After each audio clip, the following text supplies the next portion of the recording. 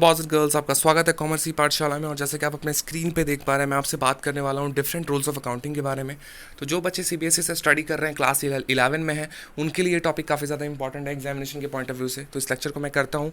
इसके पहले मैं कहना चाहूँगा कि मैंने अकाउंटिंग क्या होता है और क्या क्या ऑब्जेक्टिव्स है अकाउंटिंग के, ये मैंने 2 लेक्चर्स मैंने ऑलरेडी अपलोड कर दिए हैं। तो सबसे पहले आप इन दोनों को देख लीजिए।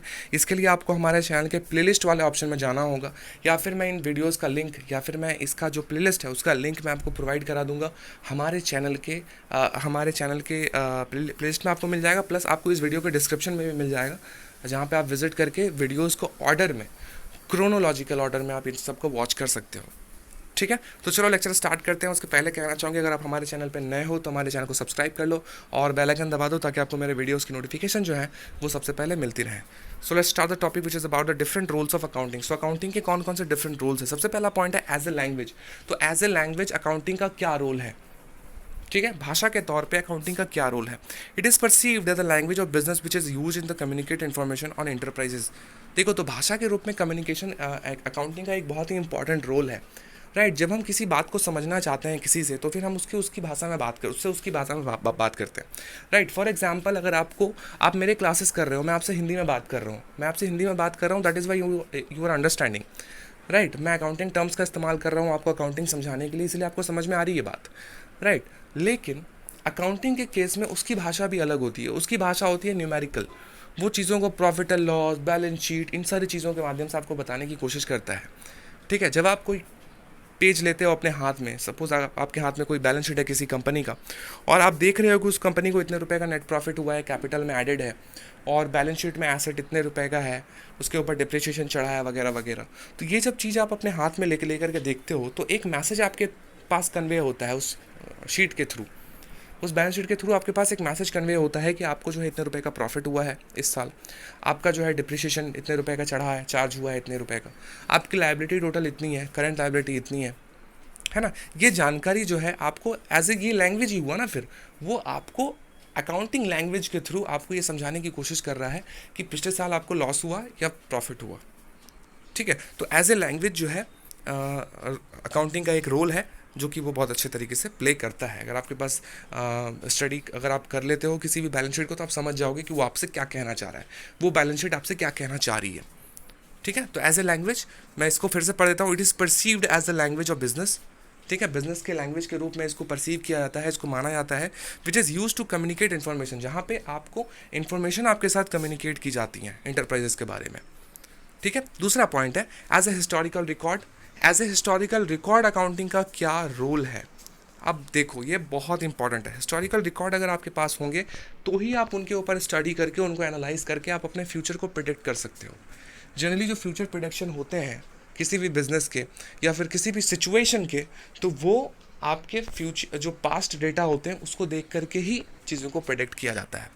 यही बात यहाँ पे बोली जा रही है। It is viewed as chronological record of financial transactions as an organization at actual amounts involve.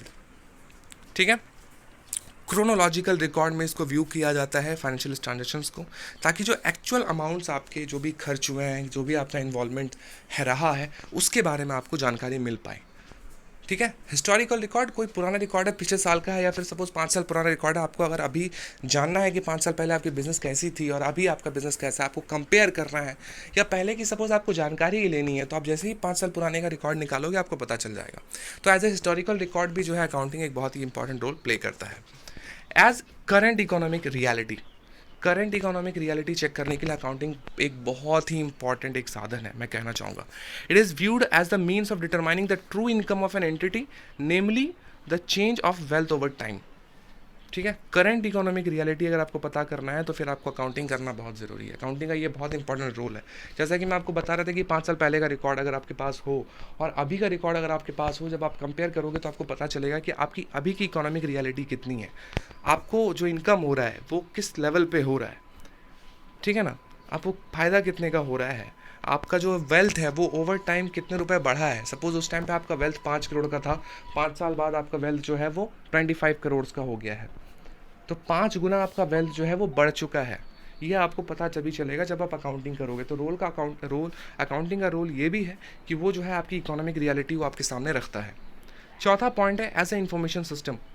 तो अकाउंटिंग अगर आप समझना चाहो एज अकाउंटिंग इन्फॉर्मेशन सिस्टम, अगर आप अकाउंटिंग के रोल को समझना चाहो तो ये सिंपल होगा। इन्फॉर्मेशन सिस्टम की बात की जा रही है तो जो भी इन्फॉर्मेशन जिनको भी ज़रूरत होगी, चाहे वो इंटरनल हो या फिर एक्सटर्नल, उन तक वो जानकारी पहुँचाना, यही अकाउंटिंग का रोल है इन सिंपल वे। अगर आप समझना चाहो, देखो यहाँ पे लिखा हुआ, it is viewed as a process that links and information sources to a set of receivers.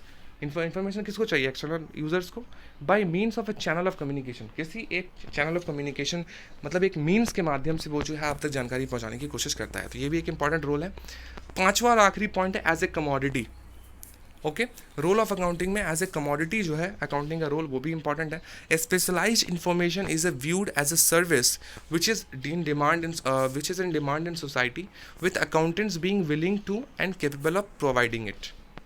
ठीक है, एज ए कमोडिटी, किसी सामान के रूप में भी अकाउंटिंग का इस्तेमाल किया जाता है ना। अकाउंटिंग का रोल है, क्योंकि अगर आपको एक सामान के रूप में आप इसको समझने की कोशिश करो कि सपोज़ आपको कोई जानकारी चाहिए, तब वो कहाँ से मिलेगी?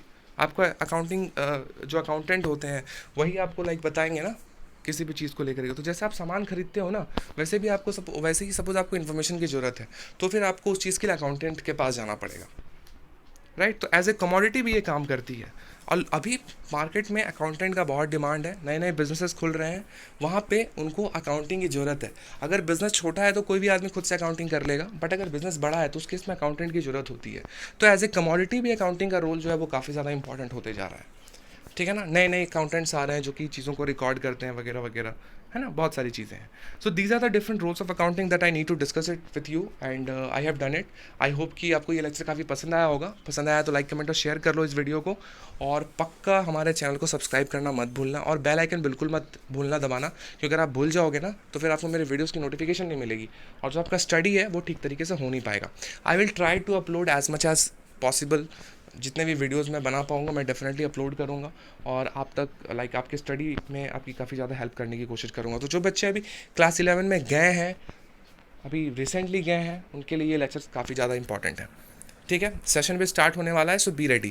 क्लास 12 के भी मैं डालूंगा, तो अगर आपके कोई बड़े भाई हों, बड़ी बहन हो, या फिर आपके कोई पीयर ग्रुप्स हों, उन तक भी ये चीज़ें पहुंचाओ, और उनको भी बताओ कि हमारे चैनल पे ये सारी चीज़ें आपको उपलब्ध होंगी for free of cost. You don't need to pay anything, और ये सारी जानकारी आप तक मिलेगी। ठीक है, तो बस आज के लिए इतना ही। तब तक के लिए आप अपना ख्याल रखो अगले वीडियो तक के लिए। उसके बाद भी ख्याल रखना, कोरोना पैंडेमिक चल रहा है, so make your self safe and don't go outside unnecessarily, और घर ही पे रहो, एंजॉय करो, वीडियोस देखो, गेम्स खेलो, बस। ठीक है, अगले वीडियो में मिलते हैं। Tata, bye bye.